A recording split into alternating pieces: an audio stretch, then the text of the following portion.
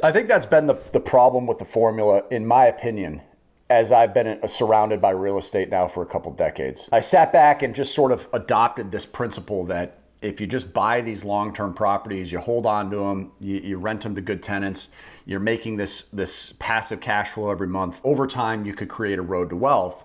And what I began uncovering was the fact that the money would essentially run out before I could acquire enough properties to make a big enough dent to move the needle. And if you're just doing very simple math, you can compute this on your own, right? Let's assume that you're going forward on $200,000 properties. We're going to use that number just to keep it close to where yours are at.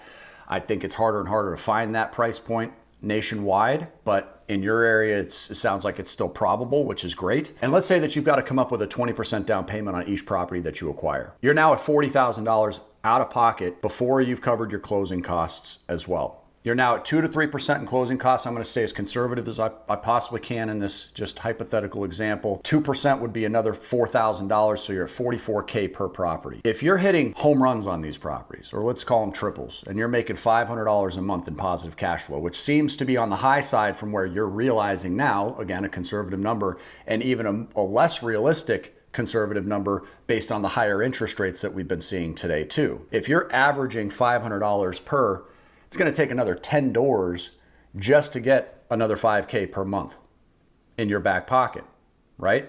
10 doors requires $440,000 out of pocket, plus another $1.6 million worth of debt for your first mortgages, right? $160,000 mortgages on each one times 10. The average household is going to struggle to come up with numbers that make a big enough difference. Most people that I talk to, it seems like that $10,000 per month number is sort of an easy round figure to target first and foremost before you start to work up from there.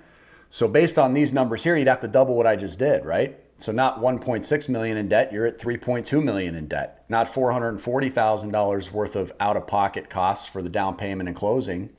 You're at $900,000. That's to get you to $10,000, and that's if they're each cash flowing $500 a month, which I think is unrealistically optimistic right now. So for me, long-term buy and hold real estate eventually became something that I categorically would consider to be a long-term net worth driver. And that's a solution to building that maybe eventual retirement plan or a legacy that you can leave behind to the children. But it's not an easy way to transition from that, call it a 9 to 5, just the proverbial 9 to 5, into this sort of passive retirement that we have, visions of in our minds. And that required me then to start saying, well, where else within the real estate world, which I'm obviously passionate about, could I potentially uncover these shorter term cash flow solutions? Because it eventually just wasn't the long-term buy and hold real estate game that was going to get me there. I've so seldom met people where they're sailing Greece on some chartered catamaran and saying thank God for my rental. That's what got afforded this trip. Most of us are scratching our heads half the time saying, what the F is this actually making me more broke than it is making me rich? Because we run into these sort of time periods where things build up or snowball, and you've got, a couple AC units out at the same time, and then a roof needs to be replaced. And the more properties you acquire, the more problems you have.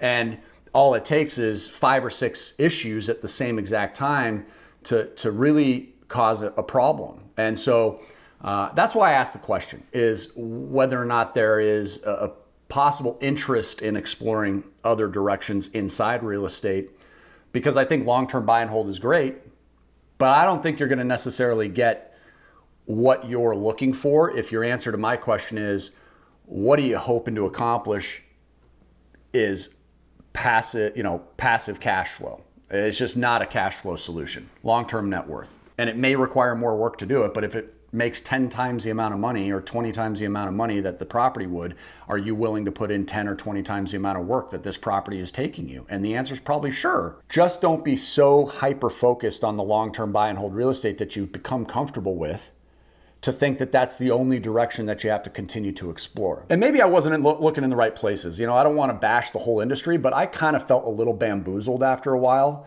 because it just seemed like I was tricked into thinking that long-term buy and hold real estate was the answer.